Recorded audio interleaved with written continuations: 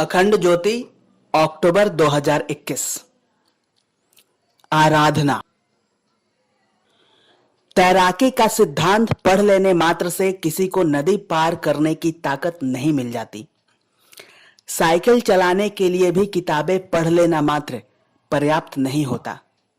तैराकी में निष्णात होने के लिए नदी में उतरना और साइकिल चलाना सीखने के लिए उस पर सवार होना जरूरी हो जाता है।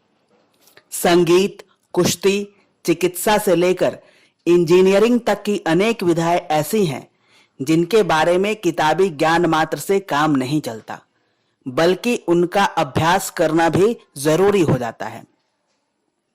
अभ्यास किए बिना इन पर पारंगतता अर्जित कर पाना संभव ही नहीं हो पाता।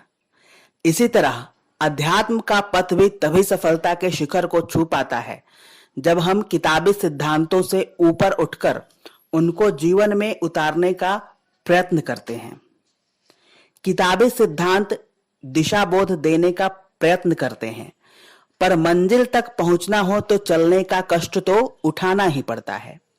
इसी तरह अध्यात्म का सच्चा अर्थ अपने भीतर स्थित देवत्व की संभावना को जागृत और जीवंत करना है।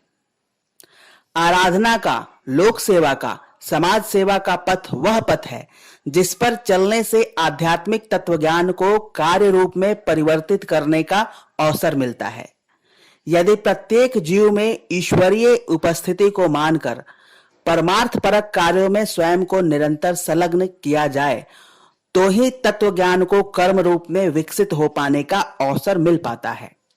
आग निरंतर जलती रहे, इसलिए उसमें ईंधन डालना जरूरी होता है। इसी तरह शास्त्रों का अध्ययन भी जरूरी है, पर वहीं पर हमारे आध्यात्मिक प्रयास की परिणति नहीं हो जाती है। उसे सेवा भाव में उतारने पर आराधना का स्वरूप उभरता है, जो कि समग्र व सच्चा आध्यात्मिक पुरुषार्थ है। समाप्त।